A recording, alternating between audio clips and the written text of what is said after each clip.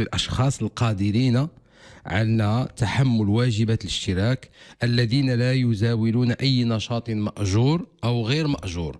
إذن هذوك اللي كانوا في الرميد وما جاتهمش الرسالة، أو الأشخاص اللي ما كانوش ما عندهمش كاع الرميد نهائيا، ولكن عندهم واحد الوضعية غير قارة، يعني خدام أو ما خدامش، يا إما شي خدمة شوية مقطعة مياوم، ما كان تبع حتى لشي نظام ديال التغطية الصحية، ما عندوش التأمين نهائيا.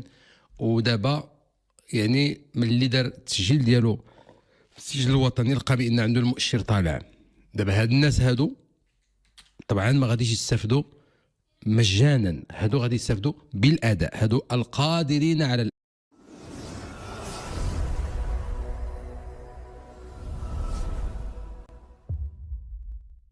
إذن اليوم كنظن غادي نتكلم على نظام التأمين الإجباري الأساسي على المرض. إذن الظهير ديال 25 ماي 2023 راه خرج وتنشر في الجريدة الرسمية يوم 15 يونيو 2023، نشر في الجريدة الرسمية. ديال من هذا التأمين الإجباري الأساسي؟ هذا تعلق بالتأمين الإجباري الأساسي عن المرض الخاص بالأشخاص القادرين على تحمل واجبات الاشتراك الذين لا يزاولون أي نشاط مأجور أو غير مأجور. إذن هذوك اللي كانوا في الرميد وما جاتهمش الرسالة، أو الأشخاص اللي ما كانوش ما عندهمش كاع الرميد نهائيا، ولكن عندهم واحد الوضعية غير قارة، يعني خدام أو ما خدامش، يا إما شي خدمة شوية مقطعة مياوم، ما كان تبع حتى لشي نظام ديال التغطية الصحية، ما عندوش التأمين نهائيا.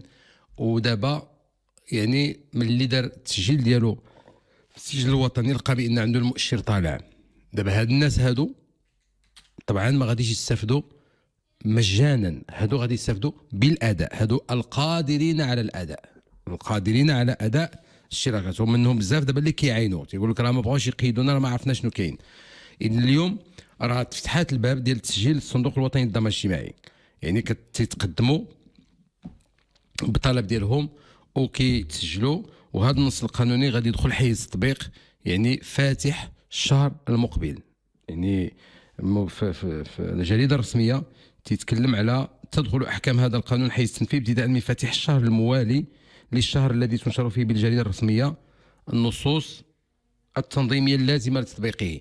يعني تيخرجوا النصوص اللي غادي تنظم هذا التسجيل في الصندوق الوطني للضمان الاجتماعي بالنسبه لهاد الاشخاص القادرين على الاداء، واللي تيكونوا يزاولون عمل ماجور او غير ماجور، يعني تيكون عنده واحد العمل وتيتخلص عليه او لا ما خدامش.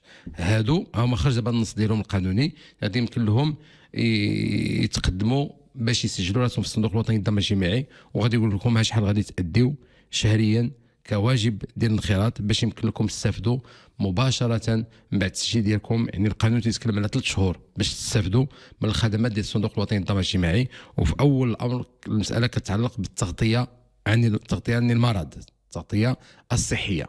اذا هذا جواب على السؤال ديال بزاف ديال الناس اللي كانوا تيتسائلوا.